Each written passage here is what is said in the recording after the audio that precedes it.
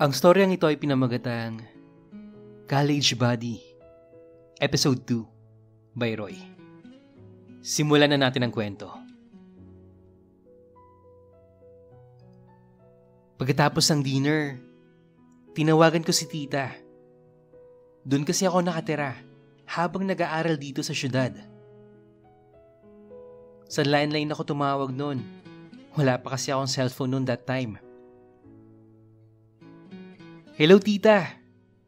Dito muna po ako makikitulog sa kaibigan ko. Medyo malakas pa po kasi yung ulan eh. Okay sige. Mag-iingat ka Roy. Siya nga pala, dito sa bahay ni Dan, para akong adopted son. Kasi nga, halos araw-araw nasa kanila ako. Sabi nga ng mama niya, good influence daw ako. Kasi hindi na napapabarkada si Dan. At talagang focus siya sa pag-aaral niya. Nasa kwarto na kami at binigyan niya ako ng damit pambahay. At siya na mismo naglagay sa hanger ng uniform ko na noon ay basang-basa. Tapos sabi niya, Atol, pwede ba mag-request? Sure. Ano yun Dan? Pwede bang i-massage mo naman ako? Para naman ma-relax ako. Kung okay lang sa'yo. Sabi sa akin ni Dan noon na may kasamang pa-cute effect ang muka. Oo naman tol. Walang problema. Sabay tulak ko sa kanya sa kama. Na-excite kasi ako bigla. Kasi mahahawakan ko na naman yung puwet niya. Nakangiting sabi ko sa sarili ko. At yun na nga, habang minamasahe ko siya, hindi ko talaga maiwasan ang makaramdam ng init at pagtigas ng alaga ko. Pero, bigla ko namang pinaalalahanan ng sarili ko na, Roy, umayos ka. Kaibigan mo yan. Best friend mo si Dan. At hindi pwede yung mga iniisip mo. Sabi ko sa sarili ko. I wasn't that thinking that time. Tol. Oh. Roy. Gising Roy. Paggising sa akin ni Dan, bigla akong dumilat at nagkatinginan kami. Roy, nananaginip ka. At saka, bakit hawak-hawak mo yan? Sabay turo sa alaga niya. Nahawak ko nga. Sa pagkakabigla ko, inalis ko kagad yung kamay ko. Sabay taligod sa kanya. Sobrang kaba at hiya ang nararamdaman ko sa mga oras na yun. Ay, panaginip lang pala. Maya-maya, naramdaman ko ang dahan-dahan niyang pagkayakap sa akin. Sabay bulong sa tenga ko na, Tol, ang sarap ata ng panaginip mo ah. Sino ba naman kasi napapanaginipan mo? At may pakatas ka pa dyan oh. Sabay hawak sa alaga ko. Hindi ako makasagot sa sobrang hiya ko sa kanya. Uy Roy, magsalita ka naman oh. Hindi pa rin ako nagsasalita. Bigla niya akong pinatihaya. Sabay tingin sa akin na may ngising demonyo. Tinapik ko yung mukha niya. Palayo sa mukha ko. Alam mo, ikaw na nga to may atraso. Ikaw pa yung nananampal ah. Sabi niya sa akin na nakangisi pa rin. Okay. Ayaw mo magsalita ah. Etong sa'yo. Sabay kiliti niya sa akin. Sa dalawang tagiliran ko. Na napasigaw ako ng malakas. Dan! Tol! Tama na! Ano ba? Nakikiliti ako eh. Tama na please. Hindi pa rin siya tumigil sa pagkikiliti sa akin. Ano ba yan, Dan? Tama na. Nakikiliti talaga ako, promise. Tama na sabi. Tawa lang siya ng tawa. Habang ako naman, halos mamatay na ako sa kiliti niya. Bigla ako siyang niyakap noon para tumigil na. At salamat, tumigil din siya. Kapwa kaming hingal na hingal habang magkayakap. Nabigla niya akong hinalikan sa batok. Sabay bitiw at sabing, ang bango naman ng best friend ko. Natural, mabango ako kasi kakaligo ko lang, di ba? Ewan ko lang sa iba dyan. Kakaligo lang parang ang baho na. Sabay kunwari takip ko ng ilong ko. Ganon? Ako mabaho? O ayan, sige, amuin mo. Amuin mo nga kung mabaho. Sabay lapit ang kilikili niya sa ilong ko. Talagang idinikit niya yung kilikili niya sa akin. O ano, mabaho ba? Oo na. Sige na.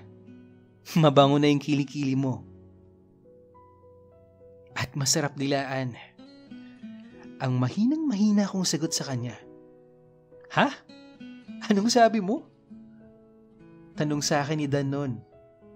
Wala. Ang sabi ko, mabango na at mabalahibo yung kilikili mo. Sabay tawa ko ng malakas. Niwrestling niya ako pahiga sa kama. At kapwa kami humihingal habang nakahiga. Hanggang sa nakatulog na kami noon. Lumipas sa mga araw at buwan, school festival na namin. At syempre, madaming ganap at nagkita-kita lahat ng departments para sa mga games, booths, at kung ano-ano pa. Kumakain kami ng ice cream nang biglaang may bumati kay Dan noon. Hi Dan! Congratulations! Champion kayo sa basketball at sa cheering competition. Take note guys wala pang cheer dance noon. Purely cheering lang talaga. At Dan, ikaw ang overall MVP. Congrats ulit. Mahabang sabi ng dalawang babae na taga-accountancy department. Thank you. Sabay ngiting sabi ni Dan. By the way, I'm Kathy. And this is my friend Mia. Sabi ng babae. Okay, I'm Dan. And this is my best friend Roy. Sabay nag-shake hands kaming apat. Nang biglang may poses na kinabit sa aming apat. Si Dan kay Kathy at ako naman kay Mia. Gotcha guys? Sabi ng babae. Sabay tawa at turo dun sa wedding booth. Hala, teka, ano to? Tanong ni Dan. It's a game called Marriage Circle.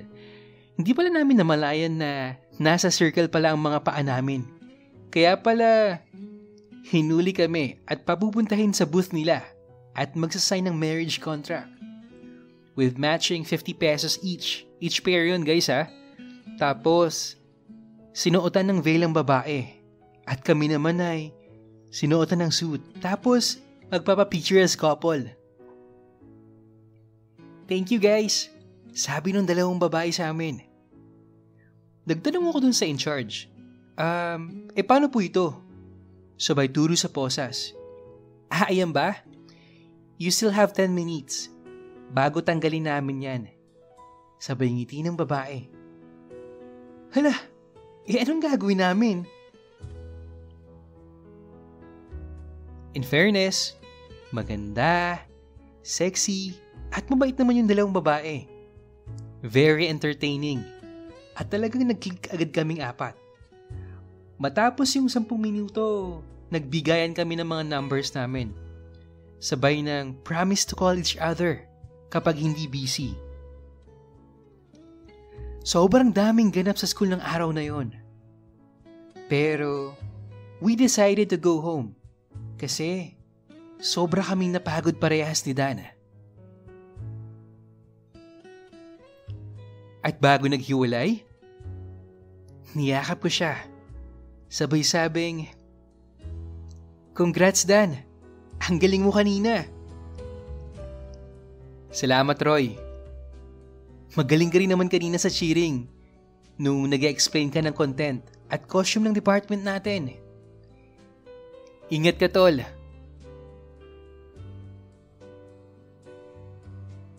At bumaba na nga ako ng bus noon.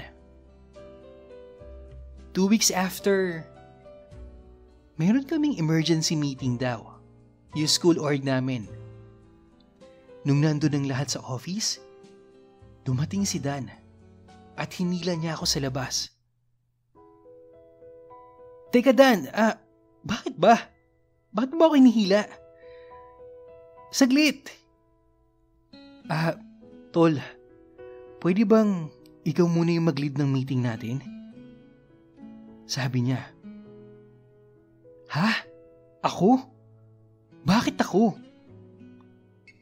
Kasi, tol, amuin mo nga ako.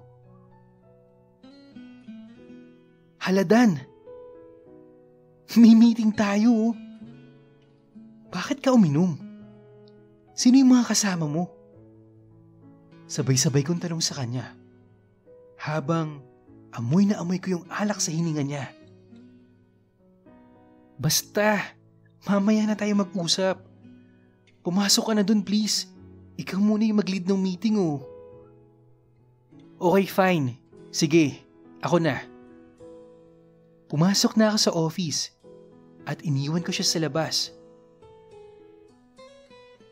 Pagkatapos ng meeting, pumunta ako sa gym para puntahan siya. Pero wala siya doon. Tinanong ko yung teammates niya, pero hindi raw siya sumipot sa practice nila. Ay, saan kaya yung nagpunta? I even went to the library. Nagbabakasakali na nandun siya pero wala eh.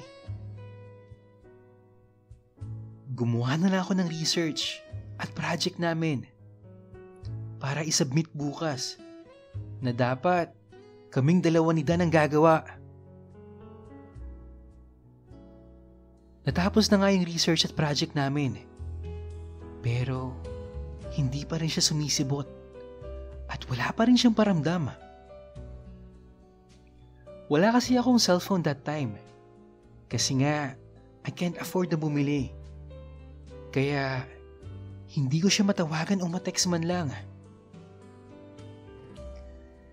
I decided to go home at tatawagan ko na lang siya sa bahay nila gamit yung landline. "Hello tita? Andiyan na po ba si Dan?" "Oh, hello, Roy. Si Dan? Hindi pa siya dumadating eh. Teka, hindi ba kayo magkasama?" Tanong ng mama niya sa kabilang linya. Nauna na po kasi ako. Medyo masama po kasi yung pakiramdam ko. At sabi kasi niya, may practice daw sila sa gym." Pagdadahilan at pagsisinungaling ko kay tita. At the same time, kinakabahan na talaga ako kung nasa na si Dan noon. Siguro mga around 11 PM pasado na, tumunog yung telepono namin. At dali-dali kong sinagot ito. "Hello?" Sabi sa kabilang linya.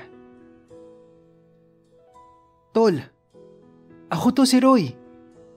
Sabi ko naman na may halong pagkabigla at pananabik.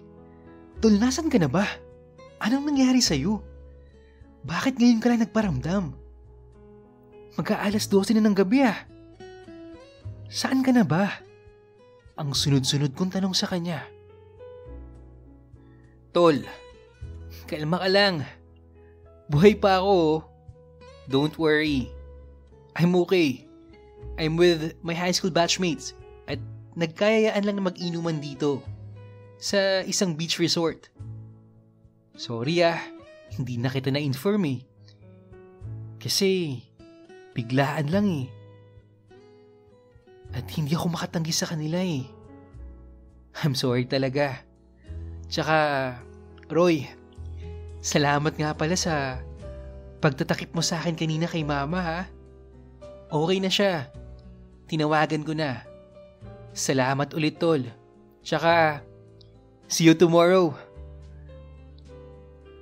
Magsasalita pa sana ako pero binabahan niya na yung telepono. Ay, si Dan talaga. Pero, teka, unang beses yung ginawa to eh. Yung hindi nagpapaalam. Sa totoo lang, I smell something different eh. Ay, ewan ko ba? Pakatulog na nga lang kasi may class report pa ako bukas. Nakaidlip na ako. Nang biglang, tumunog na naman ang telepono namin. Pagkaangat ko ng phone, I'm about to say hello. Pero may narinig akong boses. Boses ng babae. Parang nagmumuna. Habang binabanggit ang pangalan ni Dan.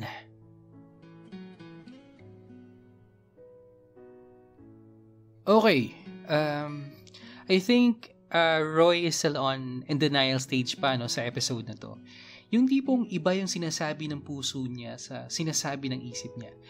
Ang sabi ng puso, you care for him more than just a friend. Ang sabi naman ng isip, hindi pwede. Mag-best friend kayo. Yung episode 3 guys, siguro mga next week na po. Dahil nga Saturday na, shot tayo guys. Pahinga nga muna tayo no. At sa mga hindi pa po nakakapanood ng travel vlog natin, panoodin nyo na yun guys. Marami kayong makikitang talong dun. At sa mga nakapanood na po, maraming salamat guys sa suporta nyo. And also let me know kung gusto nyo pang mag-travel tayo tapos upload natin dito no. At sa mga gusto pong mag-share ng personal experience nila, email nyo lang yan sa imrensantiago@gmail.com o kaya naman, message nyo lang ako sa Facebook. Yun lang po at maraming salamat sa pakikinig. Hanggang sa muli.